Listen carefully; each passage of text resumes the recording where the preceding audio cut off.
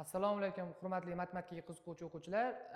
Hozir biz matematika fanidan birinchi darsimizni boshlaymiz. Matematikani so'zi sifatida biz raqamlarni aytamiz. Raqamlar nima? Bu sonlarni yozishda ishtirok etadigan belgilar. Sonlarni yozishda biz odatda 0, 1, 2, 3 va hokazo 9 ta mana shu 10 ta belgidan foydalanamiz. Bular raqamlar deyiladi. Xo'p, raqamlar yordamida yozilgan sonlar asosiy ikkita katta turga bo'linadi. Birinchi tur tub son, ikkinchi son murakkab son. Hop, bu ikkisini farqini tushuntirish uchun har bittasiga bittadan misol beraman. Misol uchun 17 sonni ko'raylik va 24 sonini ko'raylik. 17 soni qaysi sonlarga bo'linadi? 17 soni bizda 1 ga va 17 ga bo'linadi. 24 sonichi? 24 soni 1 ga, 2 ga, 3 ga, 4 ga, 6 ga, 8 ga, 12 ga, 24 ga. Ko'rinib turibdi, farqini menimcha bir qarashda ancha-muncha o'quvchi tushundi. Tub sonlarni bo'luvchisi faqat ikkita bo'ladi. 1 va o'zi. Murakkab sonlarni bo'luvchisi esa 1 va o'zidan tashqari bir nechta bo'luvchilarga ega bo'ladi. Ya'ni 3 va undan ko'p bo'luvchiga ega bo'ladi. Tub sonlar esa 1 va 17, ya'ni o'ziga va 1 ga bo'linadigan sonlar bo'ladi xolos. Xo'p, tub son va murakkab sonni ajratib olishimiz uchun biz quyidagicha amal bajarishimiz kerak. Mana misol uchun 475 soni tubmi, tub emasmi? Buni bilish uchun biz 1 va 475, ya'ni o'zi va 1 dan tashqari birorta bo'luvchisini, ya'ni birorta bo'linadigan sonini topa olsak, u aniq tub emas, chunki ikkitadan oshib ketdi. Bittasi 1, bittasi 475. Bu qaysi songa bo'linadi 475 yana? Ko'rinib turibdi, 5 degan songa bo'linadi 475. 475 5 ga bo'lindimi? Bundan kelib chiqayapti bo'luvchilar soni uni ikkitadan ko'p bo'lganligi uchun bu endi bizda tub son emas, murakkab son.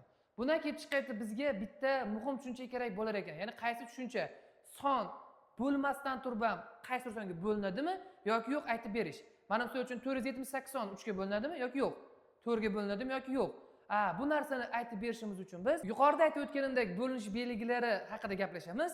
Hop, sonni 6 xonali sonni A, B, C, D, E, F degan ko'rinishda yozsak, bu yerda A, B, C, D, E, F harflar ixtiyoriy boya aytgandek 10 ta raqamlar. Mana shu 10 ta raqamdan ixtiyoriy bittasini qo'yib 6 xonali son hosil qilamiz. 2 ga bo'linish belgisi nimaga qaraydi? 2 ga bo'linish belgisi sonning oxirgi raqamiga, ya'ni F ga qaraydi. Agar mana shu F raqamimiz 0, 2, 4, 6, 8 bo'ladigan bo'lsa, bu son albatta 2 ga bo'linadi. Mana misol uchun 475.658. Bu sonni oxirgi raqami ko'rib turganingizdek 8. Bu 8 bilan tugaganligi uchun albatta bu 2 ga bo'linadi. Agar biz oxirgi raqamiga 8 ni o'rniga, ya'ni yoki davomiga 3 ni yozadigan bo'lsak, endi hosil bo'lgan sonimiz oxirgi raqami 3 bilan tugayapti. Bundan kelib chiqyapti bu son aniq 2 ga bo'linmaydi. Hop, 3 ga bo'linish belgisi. 3 ga bo'linish belgisi sonning raqamlari yig'indisi orqali aniqlanadi. Hop, mana shu sonning raqamlari deganda A, B, C, D, E, F nazarda tutilyapti. O'shalarni bir-biriga qo'shib chiqamiz va 3 ga bo'lib ko'ramiz. Agar 3 ga bo'linsa, u albatta 3 ga bo'linadi. Tekshirib ko'ramiz. Quyidagi mana bu sonimiz 3 ga bo'linadimi? Raqamlarni qo'shib chiqaylik. 4, 7, 5, 6, 5, 8. Raqamlarni qo'shadigan bo'lsak, 4 ga 7, 11, 11 ga 5, 16, 22, 27, 35. 35 soni bizda 3 ga bo'linmaganligi uchun yuqoridagi sonimiz ham 3 ga bo'linmaydi. Agar bu sonni oxiriga bir raqamini qo'shadigan bo'lsak, endi hosil bo'lgan son raqamlari yig'indisiga ham bir qo'shilib, raqamlari yig'indisi 36 bo'ladi.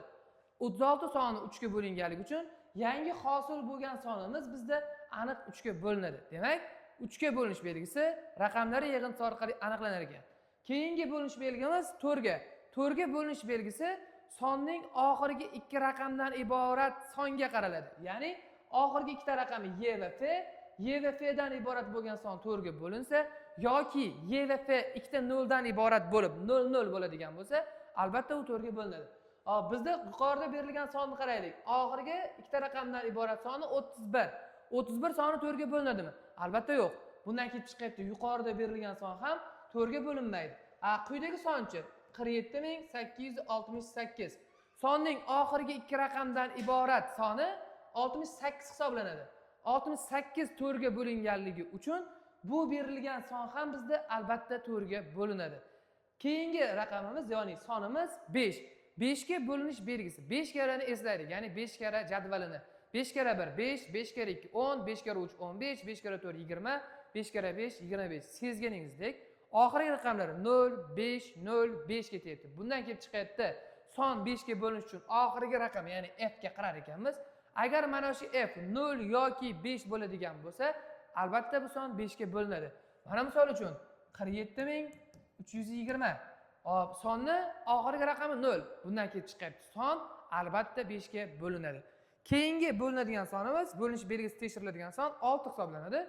6 ga bo'linish belgisi. Biz shu yergacha o'rgangan ikkita sonimizni topaylik va ularni ko'paytmasi 6 bo'lsin. Bu sonlar 2 va 3, ya'ni 2 kara 3 bizda 6. Bundan kelib chiqyaptiki, son bir vaqtning o'zida 2 ga ham 3 ga ham bo'linsa, u 6 ga bo'linadi. Agar 2 ga bo'linsa-yu, lekin 3 ga bo'linmasa, u aniq 6 ga bo'linmaydi. Ya'ni bir vaqtning o'zida ikkalasiga ham bo'linishi kerak. Tekshirib ko'raylik. 47324. Mana shu sonimiz bizda 6 ga bo'linadimi? Birinchi 2 ga bo'linishga tekshiraylik. 2 ga bo'linish belgisi yuqorida ko'rganimizdek oxirgi raqami 0, 2, 4, 6, 8 dan biri bo'lishi kerak. Bizda oxirgi raqam 4 bilan tugaganligi uchun bu son albatta 2 ga bo'linadi. 3 ga bo'linish belgisiga tekshiraylik. 2 ga bo'lindi. 3 ga bo'linish uchun ko'rganimizdek raqamlari yig'indisi 3 ga bo'linish kerak edi. Qani raqamlarni qo'shaylik. 4 qo'shilgan 7 qo'shilgan 3 qo'shilgan 2 qo'shilgan 4. 11, 14, 16, 20. Raqamlari yig'indisi bizda 20 bo'lyapti. 20 soni 3 ga bo'linadimi? Albatta yo'q. Bundan kelib chiqyapti, bu sonimiz 3 ga bo'linmaganligi uchun albatta 6 ga ham bo'linmaydi. Xo'p, endi 8 ga bo'linish belgisiga e'tibor beraylik. Son 8 ga bo'linish uchun oxirgi 3 raqamdan iborat son, ya'ni DF, agar ABC DF ko'rinishda berilgan bo'lsa son, albatta 8 ga bo'linishi kerak. Misol ko'raylik. Mana misol uchun bizning sonimiz 17320 soni bo'lsin. Buni oxirgi 3 ta raqamdan iborat soni 320 hisoblanadi. 320 bizda 8 ga bo'linadimi? Ha, 320 8 ga bo'linadi. Bundan kelib chiqyaptiki, mana bu son bizda 8 ga bo'linadi. Endi o'ylab ko'raylik. Mana shuni oldiga 9 ni qo'shib qo'yishim bu 8 ga bo'linishni o'zgartiradimi yoki yo'q? Ha, o'zgartirmaydi. Chunki oxirgi 3 raqamdan iborat son dedim. Boshiga 9 ni qo'shganim oxirgi 3 ta raqamdan iborat 320 ni o'zgartirib qo'ymaydi. Bundan kelib chiqyaptiki, faqat oxirgi 3 ta raqamini bilishni o'zi bizda uni 8 ga bo'linish yoki bo'linmasligini aniqlab bera oladi. 9 ga bo'linish belgisi 3 ga o'xshash. Ya'ni 9 ga bo'linish uchun sonning raqamlari yig'indisini bir-biriga qo'shib chiqamiz. Bir-biriga qo'shishimiz natijasida hosil bo'lgan son 9 ga bo'linsa, albatta u 9 ga bo'linadi. Misol uchun yuqoridagi sonimizni tekshirib chiqaylik. Raqamlar yig'indisi 9, 1, 7, 3, 2. 9 ga 1 10, 17, 20, 22. 22 bizda 9 ga bo'linadimi? Yo'q. Bundan kelib chiqyapti, bu son bizda aniq 9 ga bo'linmaydi. Endi o'ylab ko'raylik. Mana shu yerga oxiriga qaysi raqamni yozsam, endi bu son 9 ga bo'linadi. 9 ga bo'linish belgisi raqamlari yig'indisi 9 ga bo'linish kerak edi. 22 dan keyingi 9 ga bo'linadigan son nechi? 27. Bundan kelib chiqyapti, raqamlari yig'indisi 27 bo'lish uchun unga 5 ni qo'shish kerak. Demak, oxirga biz 5 ni yozib qo'yadigan bo'lsak, hosil bo'lgan sonning raqamlari yig'indisi 27 bo'ladi. 27 9 ga bo'linganligi uchun yuqorida hosil bo'lgan yangi son, ya'ni 9,173,205 soni albatta 9 ga bo'linadi. Xo'p, 10 ga bo'linish belgisini ko'rib chiqaylik. 10 ga bo'linish belgisi sonning oxirgi raqamiga qaraydi. Nimaga? Misol uchun 10 ga ko'paytirib ko'raylik. 1 ni 10 ga ko'paytirsak 10, 2 ni 10 ga ko'paytirsak 20, 3 ni 10 ga ko'paytirsak 30. Ko'rinib turibdi, oxirgi raqami 0 bilan tugashi kerak. Bundan kelib chiqyapti, oxirgi raqam, ya'ni f 0 bilan tugadimi? Albatta u son 10 ga bo'linadi. 10 dan keyingi son 12 ni ko'rib chiqaylik. Qaranglar, boya 6 ga bo'linish belgisida aytib o'tgan gapim esinglarda.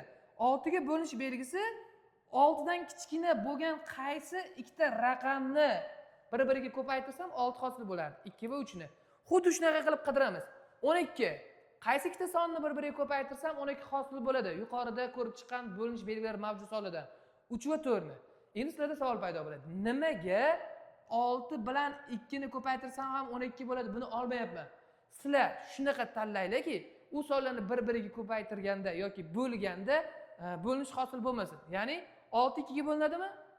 Ha, bizda 4 3 ga bo'linadimi? Yo'q. Biz tanlagan sonlarimiz bir-biriga bo'linmasin. Boshqacha qilib aytganda, o'zaro tub sonlar juftligi bo'lsin. Demak, 12 ga bo'linish uchun son bir vaqtning o'zida 4 ga ham, 3 ga ham bo'linishi kerak. Xo'p, yuqorida yozgan sonimizni tekshirib ko'raylik. Ya'ni 9,173,205 ni 12 ga bo'linish belgisi 3 ga va 4 ga bo'linish kerak edi. 3 ga bo'linish uchun raqamlar yig'indisi 3 ga bo'linish kerak edi. Raqamlar yig'indisini hisoblab ko'rdik. 27 chiqqan. 27 3 ga bo'linadi. O'shuning uchun u son albatta 3 ga bo'linadi. Lekin 4 ga bo'linish belgisi oxirgi ikkita raqamdan iborat songa qarardi. Bizda oxirgi ikkita raqamdan iborat son 05, ya'ni 5. 5 soni bizda 4 ga bo'linadimi? Yo'q. 4 ga bo'linmaganligi uchun u 12 ga ham bo'linmaydi. 15 3 va 5 orqali tekshiriladi. Ya'ni 3 ni 5 ga ko'paytirsak 15. 18chi 2 va 9 orqali tekshiriladi. Yuqoridagi sonimizni 18 ga bo'linadimi yoki yo'q tekshirib ko'raylik. Oxirgi raqami 5 bo'lganligi uchun bu bizda 2 ga bo'linmaydi. To'g'ri, raqamlar yig'indisi 27, 9 ga bo'linadi, lekin 2 ga bo'linmaganligi uchun u bizda albatta 18 ga ham bo'linmaydi. Bundan kelib chiqadi 20 ga bo'linish uchun u bir vaqtning o'zida 4 ga va 5 ga bo'linish kerak. 30 ga bo'linish uchun 3 ga va 10 ga bo'linish kerak. 36 ga bo'linish uchun 4 ga va 9 ga bo'linish kerak. 45 ga bo'linish uchun esa 5 va 9 ga. Endi o'zingiz o'ylab ko'ring. 90 ga bo'linish uchun qaysi ikkita sonni tanlab olishimiz kerak? Ya'ni qaysi ikkita sonni bir-biriga ko'paytirsam 90 chiqadi va siz uni ya'ni siz tanlagan sonlarni bo'linish belgisini bilishingiz kerak. Hop, kimda javob bo'ladigan bo'lsa, buni izohlarda qoldirishingiz mumkin.